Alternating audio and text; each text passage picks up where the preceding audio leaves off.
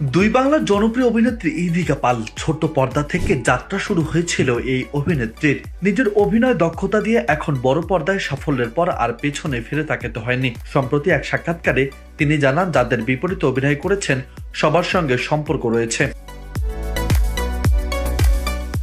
অভিনেত্রীর সাফল্যের পাশাপাশি এসেছে বিতর্ক। প্রিয়তমা মুক্তির পরে জল্পনা শুরু হয়েছিল ঢাকায় চলচ্চিত্রের শীর্ষ নায়ক শাকিব খানের সঙ্গে প্রিয়তমা নাকি প্রেম করেছেন। এ বিষয়ে তার বক্তব্য, যাদের বিপরীতে অভিনয় করেছি সবার সঙ্গেই তো সম্পর্ক আছে।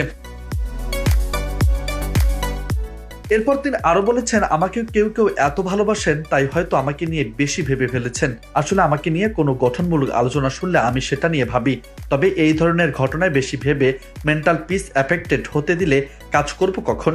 আমায় সত্যি যারা ভালোবাসেন তাদের উদ্দেশ্যে বলি, আমি কিন্তু একেবারেই সিঙ্গেল। খাদানে কাজের অভিজ্ঞতার বিষয়ে ইদিকার ভাষ্য, এই ছবিতে কাজের সময় আমার প্রচুর প্রাপ্তি, মনে থেকে যাবে প্রচুর স্মৃতি, মজার অনেক মুহূর্ত। তাছাড়া দেবদা এতটা মজা করে লেকপুল করে যে কাজের চাপটা পুরো ভুলে গিয়েছিলাম। দারুণ আনন্দের শুটিং করেছি। অভিনেত্রীর কথায় ছোট থেকে অভিনেত্রী হওয়ার ইচ্ছে ছিল এমনটা কিন্তু নয়, তবে যেদিন থেকে অভিনয় করতে শুরু করেছি সেদিন থেকে এমন একটা ক্যানভাসে অভিনয়ের স্বপ্নই তো দেখেছি। অন্য কেউ কতটা লাকি জানি না, তবে আমি ভীষণ লাকি। ভাগ্যে বিশ্বাস করি, তাও 2024 বছর শেষ হওয়ার আগে এত কিছু দিয়ে যাবে ভাবিনি।